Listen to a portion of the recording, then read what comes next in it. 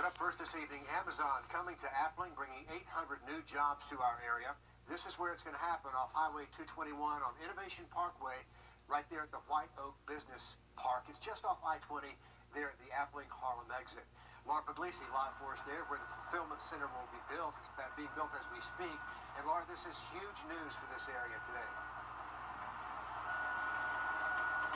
Yeah, we've been hearing about these rumors for a while now, but little did we know, behind a lot of trees really far back here, there has been a lot of construction going on behind the scenes. You can see just how much work has really been going on. They're now grading the area over here. This is a 77-acre area, and this is just one piece of this whole industrial part over here, but a pretty big chunk of it.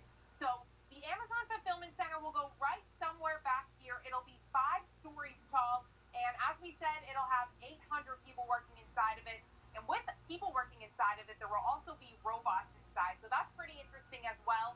Now, the timeline of this whole project will be about a year, so it could be a little bit of time before we see those jobs. But as soon as we start to hear about those job applications and when they come up, we'll definitely keep you guys posted. But the biggest project here to come to Columbia County.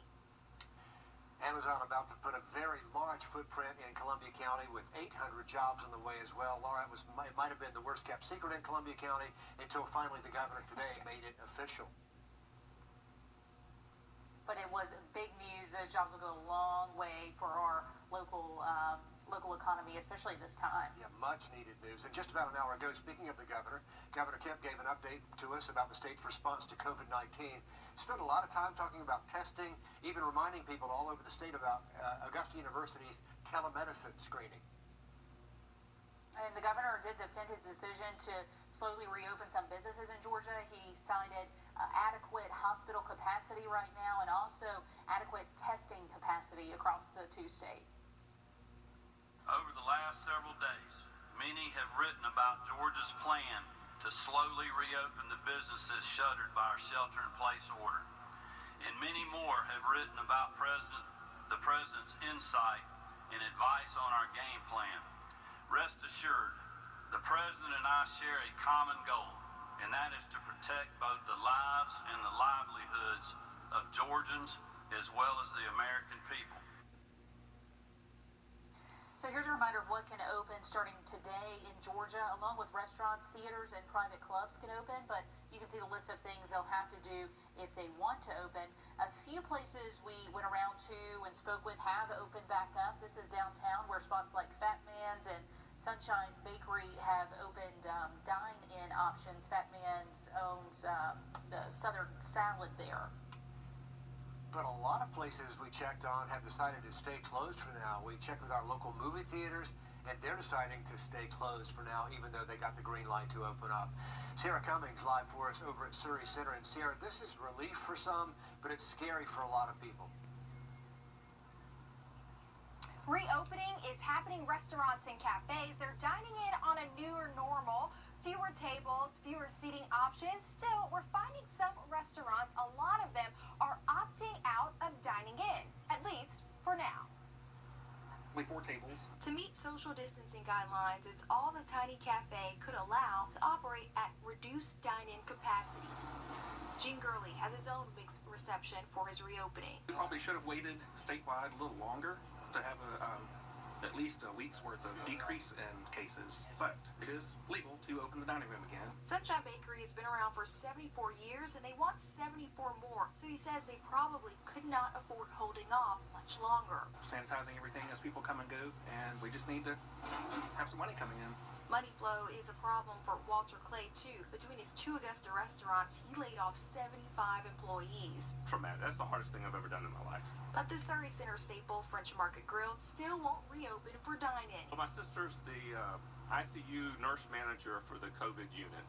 And when she tells me that there's no longer a waiting list for her floor, then we'll start considering that it's safe in Augusta. And back in the heart of town. Operating with a third of our dining room capacity is just not a winning combination.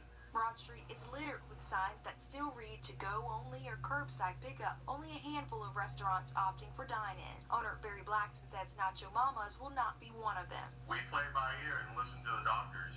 I think we're going to wait a few more weeks. It's been flattened some. It needs to remain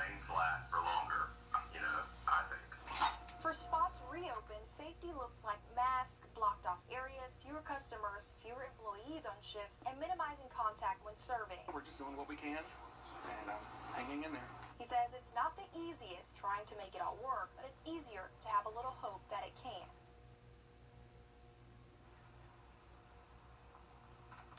For owners who've yet to reopen, they say they're going to reevaluate on a weekly basis. About a dozen or so restaurants told us they want to see how it goes with the currently open restaurants, and then they'll make a call for themselves. Even so, if you're planning to reopen, you have to do so under new guidelines, or you risk facing a fine or possibly closure. A very individual decision. Sierra, thanks very much for the live update there from Surrey Center. Laura? And like you mentioned, such an individual decision. We have seen a lot of businesses decide to stay closed, but we've also seen some decide to go ahead and open with those precautions. Nick Proto spoke with a business owner who did make the call to reopen. Restaurants have been given the green light to reopen so long as they follow CDC guidelines, but many of the places we spoke to are going to stick with takeout and delivery, some even through the end of May. But other restaurants, like Fat Man's Cafe here, say it's time to reopen. Reopening the dining room may not be business as usual, but business hasn't been usual since the restaurant shutdown began. It's been substantially down. Brad Usry owns Fat Man's Cafe in Augusta. Even though they usually do a lot of takeout and delivery, closing the dining room has taken its toll. When you're not operating 100%, unless you're a really unique business, you're not going to be able to pay your bills. He decided to reopen the dining room at Fat Man's and Southern Salad, his other Augusta restaurant. We had time to get everything in place, get our distancing, get it where we had somebody dedicated to sanitizing tables between customers. We have hand washing stations at each front door of each business. And so we felt like we were ready.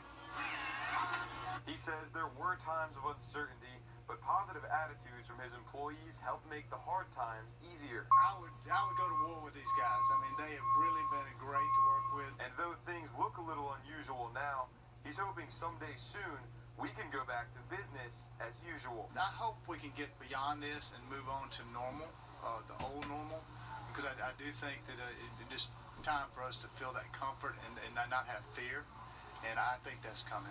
Now, another thing to note, a lot of Augusta restaurants are closed on Mondays, so we should get a better idea for which restaurants are reopening their dining rooms as the week goes on. In Augusta, Nick Proto on your side. The old normal.